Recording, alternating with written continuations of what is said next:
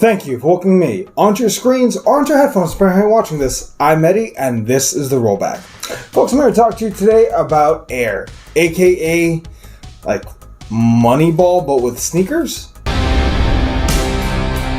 So, the synopsis. Discover the game-changing partnership between the then technically undiscovered Michael Jordan and the fledgling basketball division of Nike, and how it revolutionized sport in general with the Air Jordan shoe line. So, off the top of my head here, just so we're clear, Michael Jordan is barely in the film. You see the back of his head, and it's not the real MJ, obviously. This film mostly takes place between a guy by the name of Sonny Vaccaro, Sonny, and, believe it or not, Michael's mother.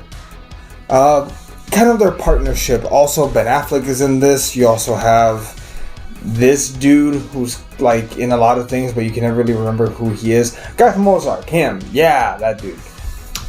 So this movie, I guess, just to get that out there, I don't think Michael Jordan is the GOAT. I'm more of a LeBron James fan. I'm just kidding. I don't like baseball. Wait, basketball. Fuck. So, the pros. I'm not gonna lie. Moneyball is actually my favorite baseball movie. I know two different sports, let me explain. I like the business aspect of it, the money side of everything.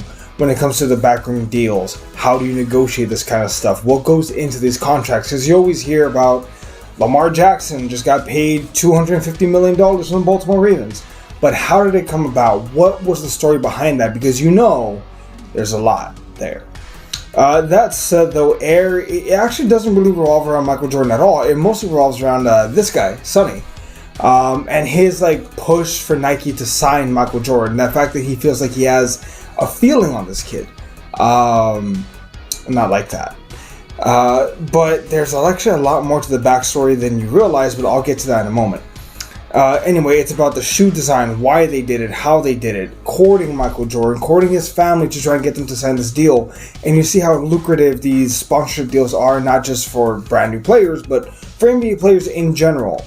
As Converse made a point at the time, they had Larry Bird and Magic Johnson, under the same company. Michael's mother responds, so the best he can ever hope for is to be number 4. There was one other dude, but he's less memorable. And believe it or not, this film actually takes place at a time where Nike was not the end-all be-all when it came to sports shoes. Can't speak for everyone watching this, but growing up, Nike was the be-all end-all brand. It was Nike's, Adidas, and Converse didn't even make sports shoes, at least not that I was aware of growing up. So this movie is... it's an odd duck. Because, for one, it's marketing for the Michael Jordan shoe line, which, as they have no problem telling you in the film, grosses, I think, at one point, $400 million a year annually. And is a perpetual money flow in for Michael Jordan, as if that dude needed any more money. Also, I'd say this movie really does skew a lot of things to show Nike and Michael Jordan in a favorable light. What they don't mention, what I was going to say was, Sonny was actually fired from Nike, I want to say maybe 2-3 years later, because he was courting another kid, someone else that was great. I can't remember his name, but they didn't get him. And then he goes to Adidas and he tries to pick up Kobe Bryant, if I'm not mistaken, and then just to pick up LeBron James and then leaves Adidas. Anyway, there's a lot more to the story than that, but they sidestep all of that to show you the one glorified piece of history. In addition to that, though, this movie doesn't really have so much as a villain as much as obstacles, which is a bit of, again, weird. Adidas and Converse are there to compete with Nike. It's just, can they really perform? It's an odd movie. As Chema said, it's a dad film. Does that make it a bad film? Not by any sense of the imagination, but as far as the cons are concerned, the only people, if you're a fan of Michael Jordan, you'll probably love this movie. If you're a big sneakerhead, you'll love this movie because it gives you a big behind-the-scenes look at pretty much the biggest company on the planet right now when it comes to shoes. That said, though, for the average moviegoer, I don't know if there's a lot here for them. I enjoyed the film, but again, I like these kinds of movies. I like Moneyball. I like Wolf of Wall Street. I like The Big Short. I like those films that get into like the back end of it all. So unless you like those kinds of films, you may not like Air. I'm just saying. Also, FYI, in case anyone's wondering why they haven't made a Michael Jordan biopic yet, it's because he won't let them.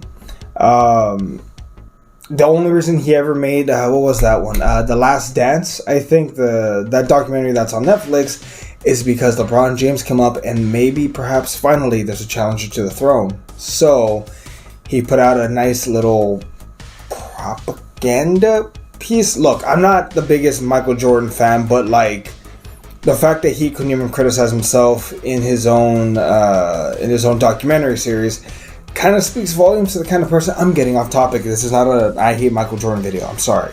That said, though, good movie, great concept, but is it for everybody? God, no, it's not. Go into this knowing that you're gonna hear a lot of talk about how great Michael Jordan is, about how they just quoted him and said, Michael. At one point, there's a speech where Matt Damon's character Sonny actually says, "Everyone at this table will be forgotten once they pass, except you, Michael. And we all just want to be a part of that." To which I'm like, I'm not gonna say it. I'm not gonna say it. I hope his knees are doing fine. Oh God, that's gonna get this one demonetized, huh? So just to reiterate, this is not a basketball movie. It's barely even a sports film. It is a product film that has a kind of a cool story behind it, but that's about as far as it goes. My grade for the film is going to be a B-. Again, I like Moneyball better. If you want a good sports movie that dives into like the back end business of it, Moneyball's where it's at. This is a inferior product, I'm sorry to say. This is the Adidas to that Nike, if that makes sense. But yeah, what did you think of Air? Go ahead and comment down below what you think of it. How do you feel about it? Do you think you've accurately represented history? Is Michael Jordan the GOAT? And why is LeBron better than him? I'm going to get skewered. Comment down below. We'll see y'all later. Bye, everyone.